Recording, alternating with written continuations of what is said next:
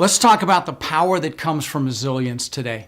Webster says resilience is an ability to recover from or adjust easily to misfortune or change. It also says that it's the capability of a strained body to recover its size and shape after deformation caused by compression stress. Now, I actually think both definitions apply. So what do I call resilience? I call it grit and determination and faith and belief. Resilience is not giving up, even when things get tough.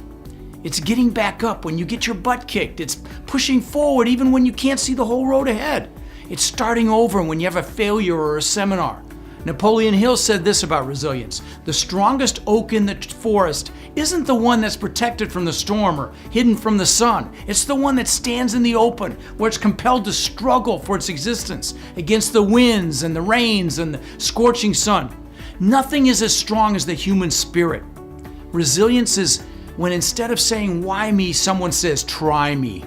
Resilience is persevering no matter what happens. Resilience is remembering you may have lots of defeats, but you're never defeated. Remembering that you will make mistakes, you will stumble, and you will fall, but none of those things define who you are.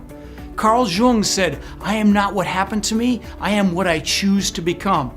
Tough times never last, but tough people do. Nelson Mandela said the greatest glory in living lies not in never falling, but in rising every time we fall.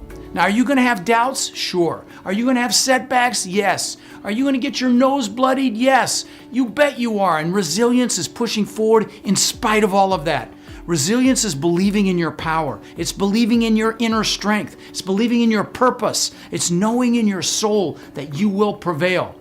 General George Patton said, "I don't measure a man's success by how high he climbs, but how high he bounces when he hits bottom." So what are some of the characteristics you need to embody to be resilient? You have to build a strong sense of self-esteem and self-confidence, which comes from learning. You have to have goals and focus on those goals. You have to be optimistic and you have to have fun. You have to have humor. You have to build relationships and you have to take massive action.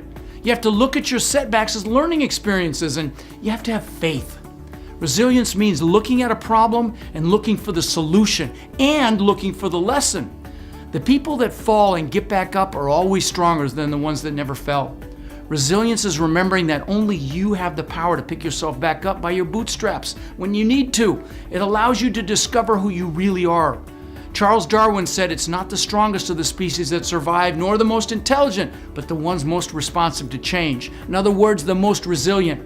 The ones that fell down 9 times and got back up 10. Resilience has nothing to do with your physical strength. It's about your spirit. It's about your faith, your desire, and your soul. Resilient people survive the storm and are never the same for it. It leaves them different and stronger. I'll leave you with this quote from Elizabeth Kubler-Ross, which is, "The most beautiful people we have known are those who have known defeat, known suffering, known struggle, known loss, and they've found their way out of those depths. These people have an appreciation, a sensitivity, and an understanding of life that fills them with compassion and gentleness and a deep loving concern." Beautiful people don't just happen, my friend.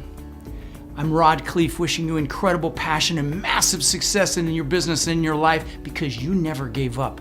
You were resilient.